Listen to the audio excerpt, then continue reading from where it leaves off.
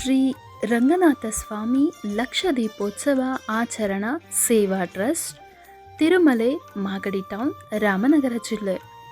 ದಿನಾಂಕ 15/12/2024 ಭಾನುವಾರದಂದು ಲೋಕ ಕಲ್ಯಾಣಾರ್ಥವಾಗಿ ಶ್ರೀ ರಂಗನಾಥ ಸ್ವಾಮಿಯವರಿಗೆ ವಿಶೇಷ ಅಲಂಕಾರ, ಶ್ರೀ ಮಹಾಲಕ್ಷ್ಮಿ, ಶ್ರೀ ಸುದರ್ಶನ ಹೋಮ, ಪೂರ್ಣಾಹುತಿ ಮತ್ತು ಮಧ್ಯಾಹ್ನ 1 ಗಂಟೆಗೆ ಮಹಾಮಂಗಳಾರತಿ, ತೀರ್ಥಪ್ರಸಾದ ವಿನಿಯೋಗ.